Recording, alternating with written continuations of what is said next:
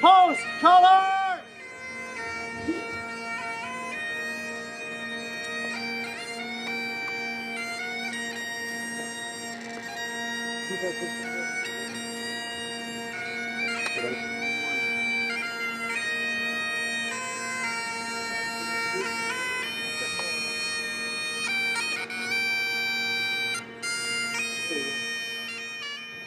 The American Legion and the VFW, I'd like to welcome everybody on this day of remembrance.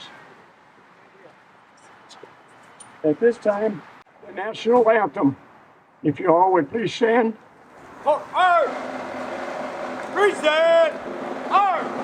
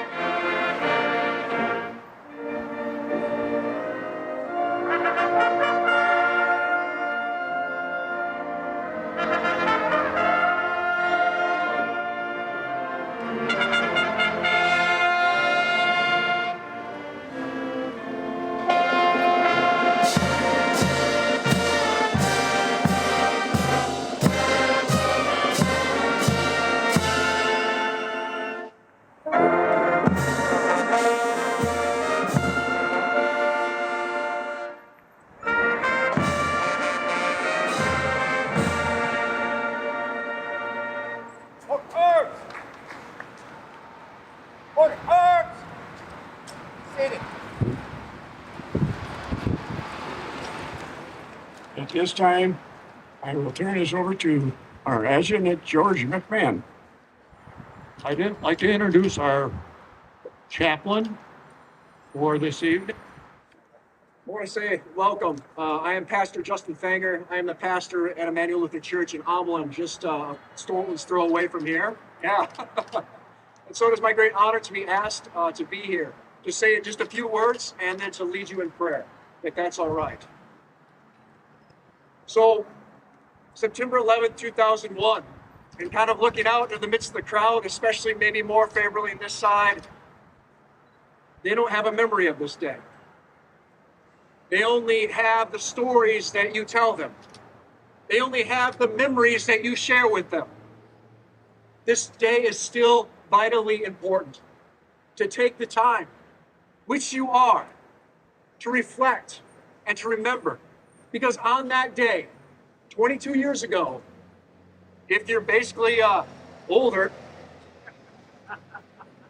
your life was changed. And not only that, not only your life, but the life of this entire nation. That the course and trajectory of the world history shifted that day. And I would like to think that it actually shifted in the midst of the darkness, in the midst of the rubble, in the midst of the ash, in the midst of the death, in the midst of the pain. Hope rose that day. And a light broke forth, to which all the world proclaimed, today, we are all Americans. And that one breath spoke and sparked unity across the world. A message that is so desperately needed to hear today. When we come together. From Wyoming, Lindstrom, Chisago, represented here, unity, community, family, shared memory, and shared story. Thank you for taking the time to be here. Thank you for taking the time to honor this moment. To honor the lives lost, of innocence lost, a loss of security, and a loss of life. That for over 20 years now, names have been read. Every name lost on that fateful day has been read and spoken for over 20 years. But as you watch, you are not filled with hate. You are not filled with vengeance. You are not filled with darkness. You are not filled with the thoughts of death.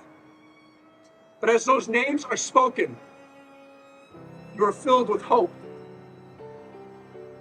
And as the Girl Scouts and the Cub Scouts, the Boy Scouts came in, I was filled with hope that their names, etched in granite and stone, etched in our hearts forever, the acts of valor committed that day to adhere to what is right, that lifts us up and inspires us. It awakens our spirit, our American spirit, but also our human spirit.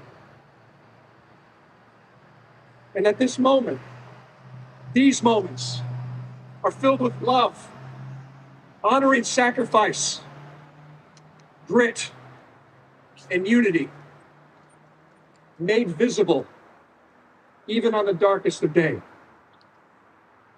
And so we continue to rise from the rubble and from the ash as the names are continually spoken.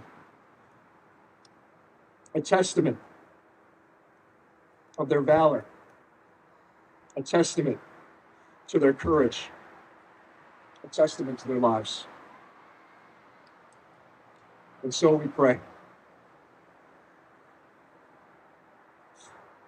that God, our hope and our refuge, in our distress, we quickly run to you. On the day of shock and horror that left us breathless, clinging to our loved ones in fear because we didn't know what would transpire next, the earth shook that day. And so we ask that you replace that trauma, that tragic loss, that grief that continues to mar us, that emptiness that we continue to feel, that you fill it with hope, that you fill it reminding us that we are a part of a community, we're a part of a nation, we're a part of this world. That we come here to remember the lives lost in New York, Washington, D.C., and Pennsylvania. We are mindful of the sacrifices of the men and women just like those that are standing up here today. That when their pagers go off, when their cell phones ring, they take that call, not knowing what they go into, only knowing that they go in service and offer a helping hand that delivers hope into a darkened world. And so we ask that in the memory, we continue to commit their souls to your eternal care and to celebrate their gifts of the fallen humanity, and that we come to remember all those that are continuing to serve, all those that are united today, that we come in hope, not in ourselves, but in you. That you provide the foundation in which we stand that cannot be shaken. That you are the security, our redeemer, our protector, our guide. And so we ask that you continue to shape our lives, to give us hearts of courage, put grit in our bellies, and the spirit to continue to forge ahead. And we give you thanks for your presence in our time of need. And we continue to seek to worship you in spirit and truth, our guard and our guardian. And together we say, amen. Thank you, Pastor.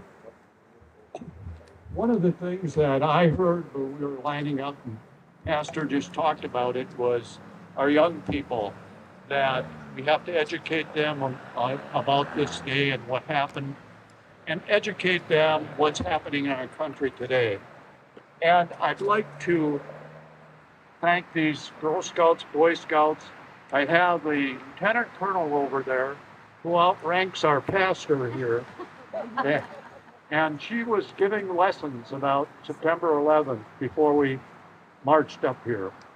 And that was great to hear because that's what we're here for, to remember everything that happened that day.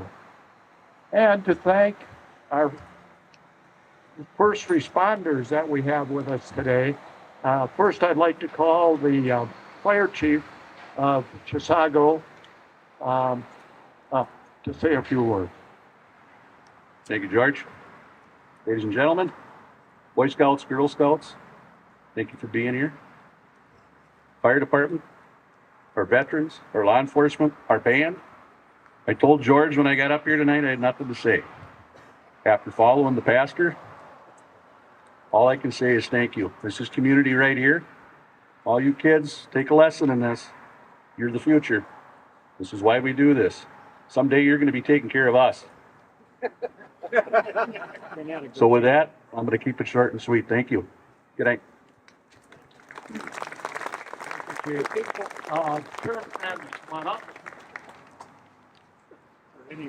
Well, thank you, George, and thank you for everyone for being here tonight. It's amazing to see the support and everyone attending year after year.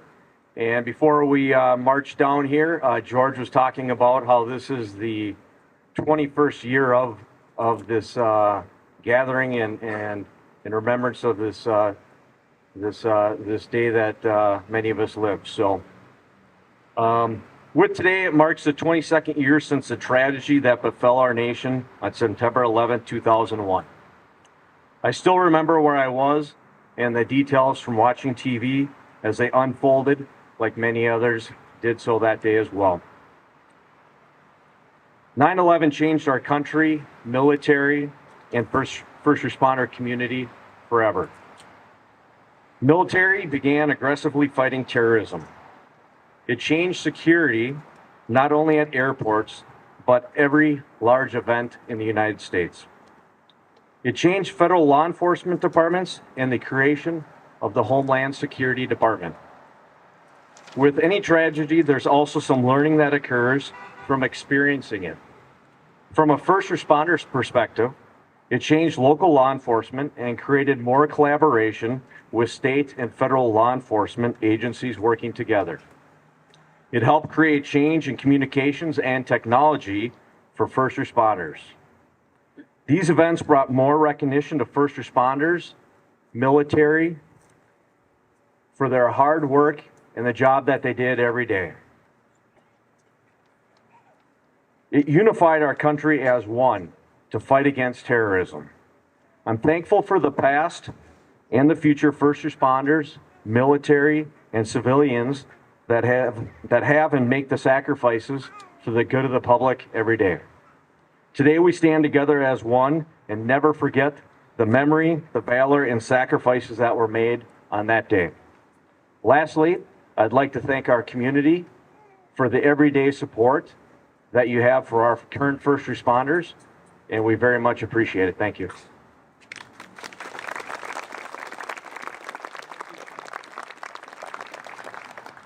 Now we have Police Chief.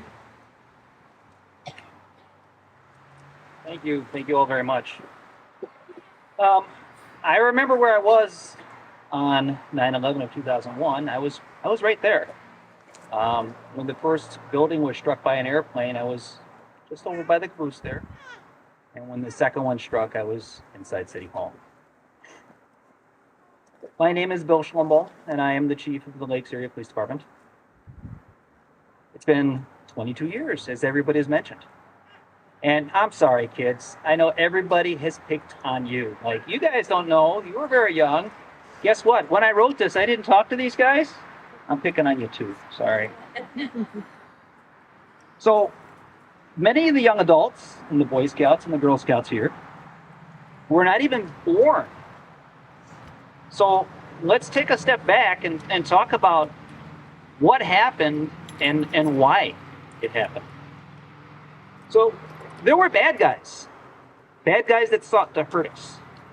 They formed a group and they were called Al Qaeda. And they were around for a long time, since the 80s. They were formed by a really bad guy who had a lot of hate in his heart. His name was Osama bin Laden. And he created a group called Al Qaeda. And Al Qaeda was literally founded on the belief that we hate people that aren't like us. And that sounds pretty bad, doesn't it? They got in fights with everybody. They fought the Soviet Union, which is Russia now, who we were fighting at the time. They got in fights with everybody around them.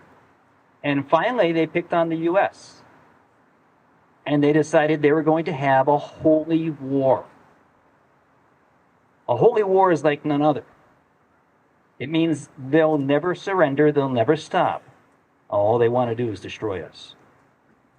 And they tried over and over. I don't know if you know what an embassy is, but an embassy is a building where we put some people in other countries so we can talk to them peacefully, and they can talk to us. It's a meeting hall between countries. Al Qaeda, that group, destroyed 2 of our embassies. A couple years later, they launched a bomb in a speedboat and blew up against one of our ships, the USS Cole. The same group, because they had hate in their hearts. Finally, in September of 2001, this leader, Mr. bin Laden, he felt the United States was very weak and they weren't going to do anything. And he felt that he could attack us and we wouldn't fight back. So we got 19 people and they went to the airports in the United States and they went on 4 different airplanes. And they took off on those airplanes pretending to be passengers for all the other people on the airplanes. And they brought out some weapons. They had some knives. And they threatened everybody on board and took over those airplanes. The idea was they were going to take those airplanes and smash them into 2 buildings in New York, the Pentagon, which is where all our military generals are, and the last one, that was for the President of the United States. They're going to put it into the White House. Their goal was to murder those people using airplanes. 2 of them succeeded. They ran into 2 buildings in New York, and they killed everybody in there. And when the firefighters and the policemen went to go help, they got caught up into it. But they didn't stop. They still went in there. And they went into the fire and the smoke. And they tried to do everything they could to help. They never stopped trying. One of the planes, the people on that plane, they heard on the radio and on the news that these bad guys were using planes as weapons. And so they fought back. That's the plane that crashed in Pennsylvania. That was the plane that was headed to the president's house. It was stopped right there. The last one crashed into the Pentagon, where our military is. Well, Osama bin Laden said, America is weak. Maybe they'll throw a few bombs at us, but they're going to quit. They're going to fold. They're not going to do anything. We'll still be here because we've been here for years. That morning, our president was in a school talking to 2nd graders. He was reading them a book. He was reading them a story in a book. And one of his aides came up to him and whispered in his ear, said, Mr. President, a plane has crashed into the World Trade Center, smashed into the skyscraper, and that skyscraper is on fire. A little while later, he came back, because at that time they didn't know, maybe it was an accident, but something terrible had happened. But when the 2nd plane hit that 2nd tower, that aide came back to him and said, a 2nd plane has hit the other tower. America's under attack. By that evening, the president addressed the entire nation. He got on TV and talked to the whole country. And he said, we're not going to put up with this. And not only are we going to find the people that did this, we are going to fight back against the people that are hiding them, and we're going to fight back against the people that are helping them. And if that's your choice, if you're somewhere in the world and you're helping, you're hiding, or you're assisting them, we're coming for you. Now, that was the very first time the entire NATO alliance, which is a group of countries the United States belongs to, came together. And they had a special rule. It was called Article 5. And they activated NATO. Half the world came together. And they went back and they looked for those bad guys. And they found them. They found them and they got rid of them. Because they weren't going to let this happen again. The leader of Al Qaeda, Osama bin Laden, he ran away and hid. For 10 years, we looked for him. And then we found him. And he's gone too now. This is the story of the people that are looking out for you guys and looking out for all of us. It's not just police, it's not just fire, it's not just the military. It's not even just the citizens of the United States. When bad things happen, good people come together. And that's the lesson you guys should take from this. When bad things happen, good people need to come together and stand up for what's right. We protect those that are weaker than us. So that's the story of 9/11. I hope you guys understand it. I hope you remember it, because you weren't there when it happened. We were. We remember. And we will never forget it. And I hope you don't either. Thank you all for your time. I appreciate it.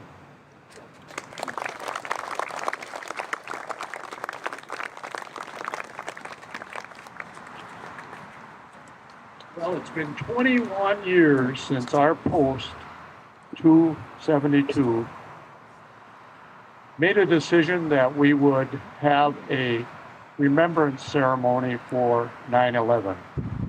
Some of us are still the original group that started this ceremony 21 years ago. And I look around and I see maybe the original guys could stand up for a few minutes, and just let everybody know that 21 years, Glenn, myself, Rick, Gary have been doing this. And that first year that we did this remembrance ceremony, we said to the community, as long as there's a post 272, we'd be doing this. But as long as there are people like you that show up and come, we'll be doing this for another 21 years. Without support of Chisago City's Parks Department, who gets this area ready for us every year, we wouldn't be able to do this. There's not another place like this to do it. And I have Doris from our City Parks Department here to come up and say a few words. Hi, my name is Doris Sacco, and I'm with the Chisago City Parks Department. And like George said, we have been doing this here for 21 years, and I've been doing them all with you guys. So that goes to show how long I've been here. But it's a great city, and I'm really proud to work for this city and for this department. And I'm glad to see all of you here and always fill these seats up and, you know, say hi to everybody. And it just shows what community is and how important that is. And one thing I want to say about these guys is that we hear this at City Hall all the time, and we say it to each other, but when we're running out, they're running in. And I just want to thank you all for that. And it just really means a lot. You all know that when you need help, these are the folks that come and help you out. So they deserve a huge applause for that.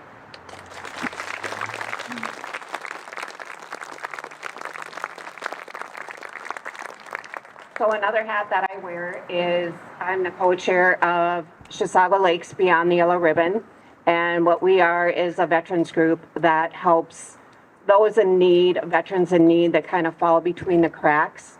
We have a fundraiser coming up in October, on October 14th at the Uncommon Loon. It's going to be a great night, so I hope you all come. But we do services like lawn care for disabled vets, medical care if they need it, if there's anything that they need that they can't get fulfilled through the VA. Yard work, we do house repairs, home repairs, anything they may need, dental care. So this is a fundraiser for that, and it's just for the Chisago Lakes area veterans. So I hope you all come, and I hope that you support us. We have a Facebook page, and we also have a web page for Chisago Lakes Beyond the Yellow Ribbon. So thank you so much for coming, and we will have some yummy stuff after this event, and we're sponsoring that for everybody as well. So thank you so much. Now, what makes this event so great is our Chisago area high school marching band, and they're going to play the service medley for us. And I'd like to ask the veterans, when your song is played, stand up and raise your hand, wave to the crowd.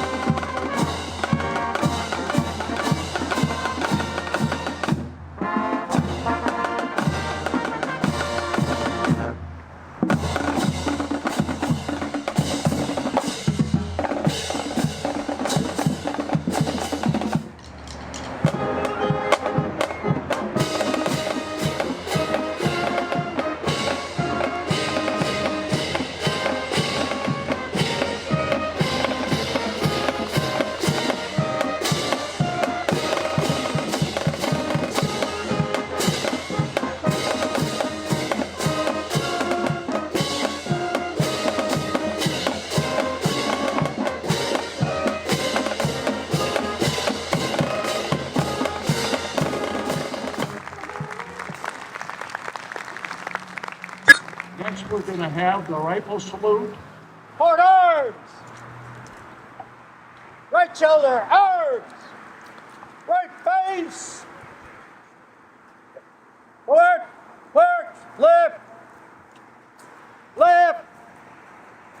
Left, right, left! Left! Left! Left, right, left! Left! Detail! Hold! Right, face! Ready! Hey! Mark! Hey! Mark! Hey! Mark! Reset! Arms! Up, face! Up, face,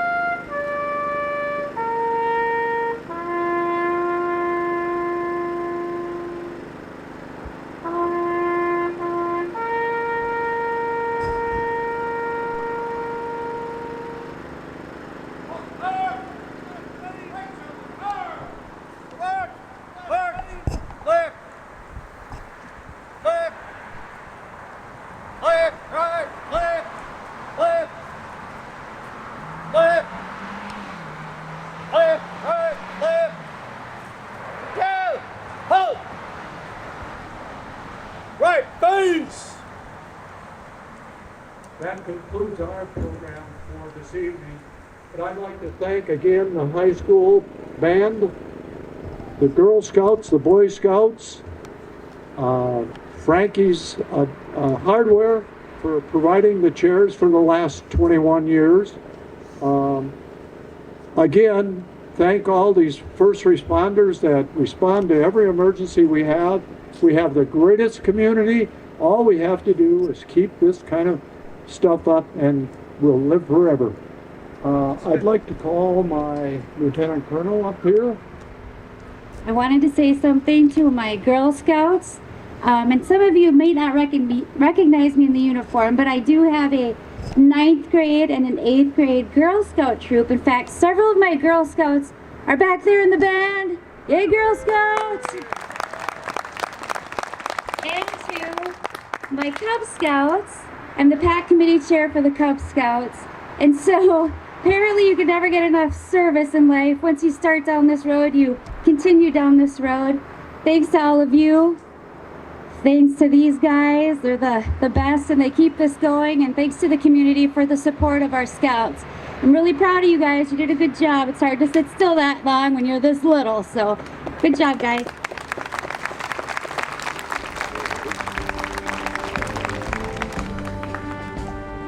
Arms! Right shoulder, arms! Left, please! Forward! March! Left! Left! Left! Left! Left, right, left! Left!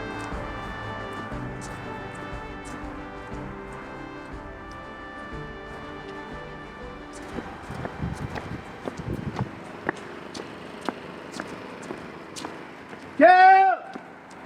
Hold! For